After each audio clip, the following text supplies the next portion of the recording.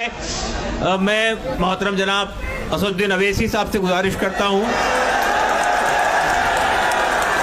कि वो तशरीफ़ लाएं, अपनी बात रखें। आपने जेपीसी में अपनी बात ताकत से रखी, पार्लियामेंट में भी रखी। अब असदुद्दीन अवैसी साहब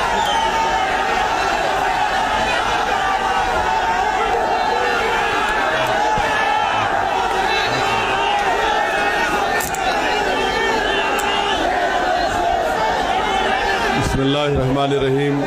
अस्सलामु अलैकुम वरहमतुल्लाहि वबरकातुहू।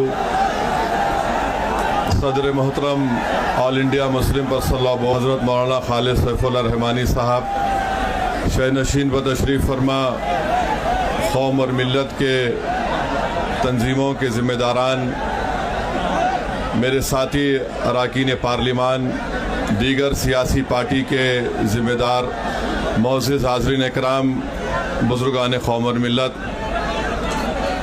मैं सिर्फ आपके सामने ये अर्ज़ करना चाह रहा हूँ कि नरेंद्र मोदी की हुकूमत वक्फ बिल को लाकर क़ानून बनाने की जो कोशिशें कर रही है, उनका मकसद एक ही है।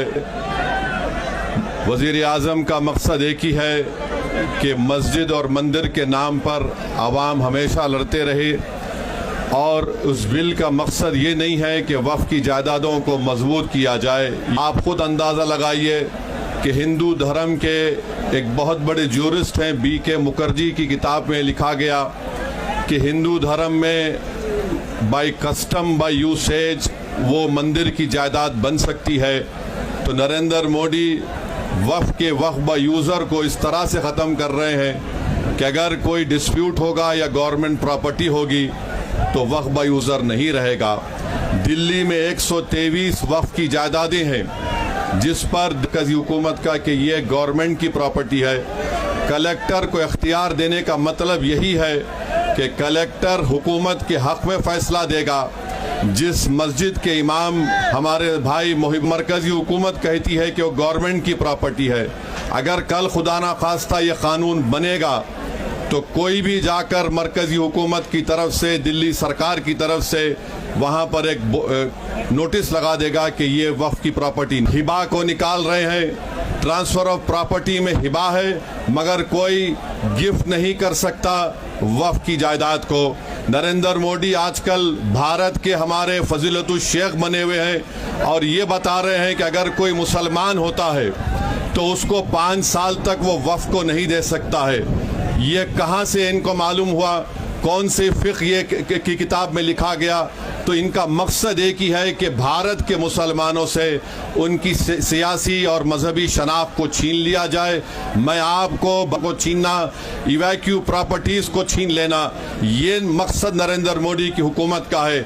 और हम कॉशन कर रहे हैं चंद्रबाबू नायडू को, हमारे पासवान साहब को और नीतीश कुमार तक कायम रहेगी अगर आप इस वक्त नाजुक वक्त में इस बिल की तायीद करेंगे तो आपको मुसलमान कभी नहीं माफ़ करेगा, क्योंकि आपकी तायीद की वजह से ये बिल कानून बनेगा।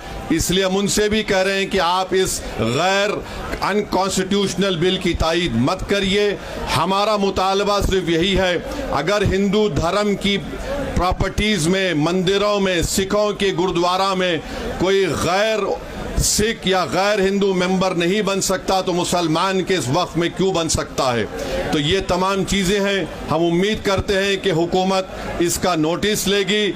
अगर नरेंद्र मोदी इस मुल्क के अमन को ख़राब करना चाहते हैं, वो मस्जिदों और मंदिरों के झगड़ों में जारी होगी।